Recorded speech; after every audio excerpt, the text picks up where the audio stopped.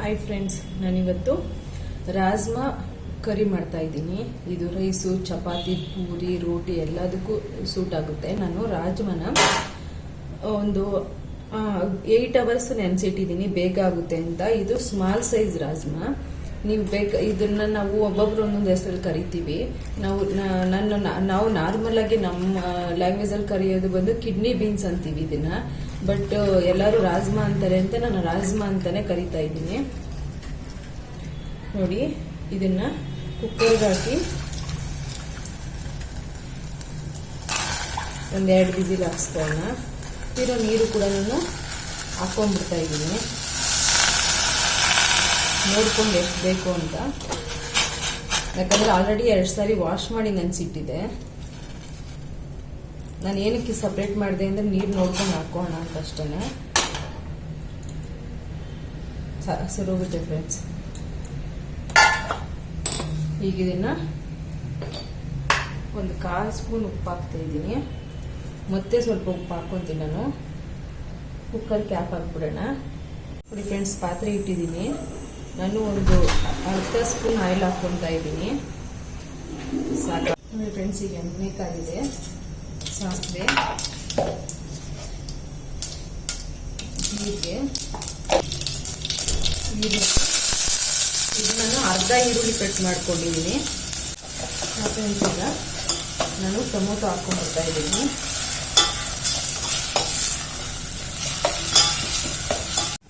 Friends, ಸೊಪ್ಪು wash ಮಾಡಿಟ್ಟಿದ್ದೆ. ಇದರಲ್ಲಿ ನೀರೆಲ್ಲ ತೆಗೆದುಬಿಡ್ತಾ ಇದ್ದೀನಿ.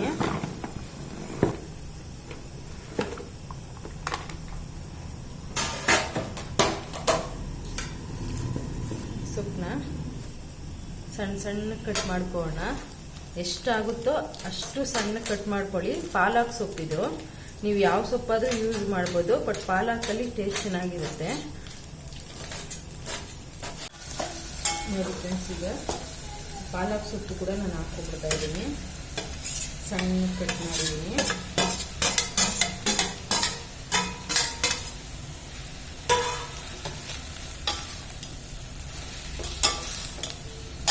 ಸಣ್ಣ ಕಟ್ ಮಾಡಿಲ್ಲ ಅಂದರೆ ಆ ಕಡ್ಡಿಗಳೆಲ್ಲ ಬೇಯೋದಿಲ್ಲ ಫ್ರೆಂಡ್ಸ್. ಅದಕ್ಕೋಸ್ಕರ ಮಿಕ್ಸ್ ಮಾಡಿ. ಫ್ರೆಂಡ್ಸ್, ನಾನು ಆಲ್ರೆಡಿ ರಾಜ್ಮಾಗೆ ಉಪ್ಪು ಹಾಕಿದ್ದೀನಿ. ಅದಕ್ಕೆ ಸ್ವಲ್ಪ ಕಮ್ಮಿ ಹಾಕ್ಕೊಂಡಿದ್ದೀನಿ, 1/2 ಸ್ಪೂನ್ ಅಷ್ಟೇ.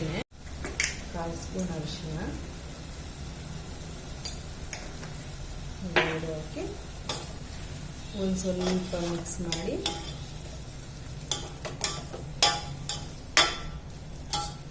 ಈಗ ಗ್ಯಾಪ್ ಹಾಕಿ ಸ್ಟವ್ನ ಮೀಡಿಯಮಲ್ಲಿ ಇಟ್ಟು 1-2 ನಿಮಿಷ ಕುಕ್ ಮಾಡೋಣ.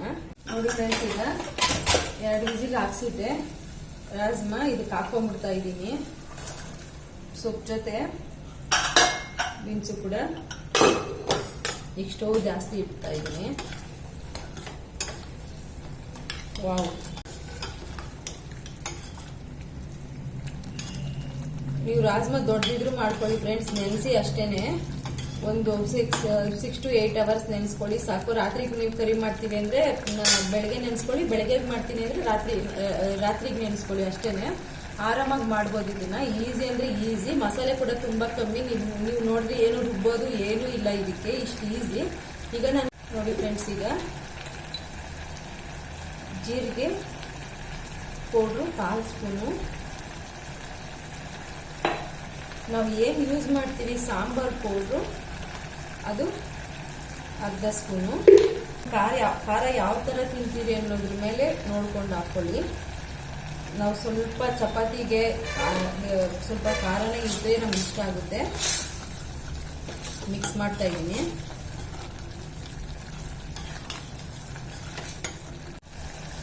ನೋಡಿ ಫ್ರೆಂಡ್ಸ್, ಈಗ ಧನಿಯಾ ಪುಡಿ ಒಂದು 1/2 ಸ್ಪೂನು, ಎಲ್ಲ ಒಂದು 1/2 ಸ್ಪೂನ್ ಅಷ್ಟೇನೆ. ಈಗ ನಾವು ಮಿಕ್ಸ್ ಮಾಡಿ ನೀರು ನೋಡಿ ಹಾಕ್ಕೊಬೇಕು ಫ್ರೆಂಡ್ಸ್. ಇದಕ್ಕೆ ಜಾಸ್ತಿ ಹಾಕ್ಕೊಬಾರ್ದು.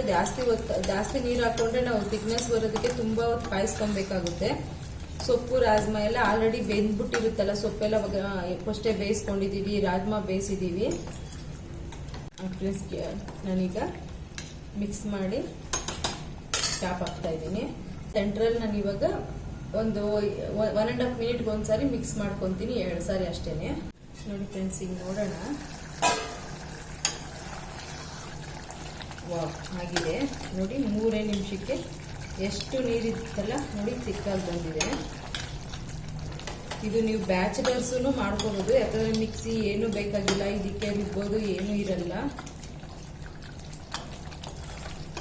ನಾನು ವಾರದಲ್ಲಿ 1-2 ಸಾರಿ ಆದ್ರೂ ಇದನ್ನ ಮಾಡ್ಕೊತಾ ಇರ್ತೀನಿ. ಸ್ವಲ್ಪ ತುಪ್ಪ ಹಾಕ್ತಾ ಇದ್ದೀನಿ.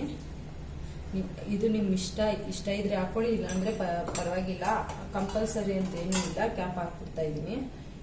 ತುಂಬ ಮಸಾಲೆ ಕಮ್ಮಿ, ಹೆಲ್ತ್ಗೆ ತುಂಬ ಗುಡ್ಡು. ನೋಡಿ ಫ್ರೆಂಡ್ಸ್, ನೀವು ಒಂದ್ಸಾರಿ ಟ್ರೈ ಮಾಡಿ. ನಿಮ್ಗೆ ಇಷ್ಟ ಆದರೆ ಕಾಮೆಂಟ್ ಮಾಡಿ, ನೀವು ಮಾಡಿ ಚೆನ್ನಾಗಿತ್ತು ಅಂತ ಲೈಕ್ ಮಾಡಿ, ಶೇರ್ ಮಾಡಿ. ನನ್ನ ಯೂಟ್ಯೂಬ್ ಚಾನಲ್ ಇಷ್ಟೊತ್ತು ನೋಡಿದ್ದಕ್ಕೆ ನಿಮ್ಮ ಟೈಮ್ ಕೊಟ್ಟು ಥ್ಯಾಂಕ್ ಯು. ಬ್ಯಾಚುಲರ್ಸ್ ಅಂತೂ ಮಿಸ್ ಮಾಡಬೇಡಿ, ತುಂಬ ಅಂದರೆ ತುಂಬ ಚೆನ್ನಾಗಿರುತ್ತೆ.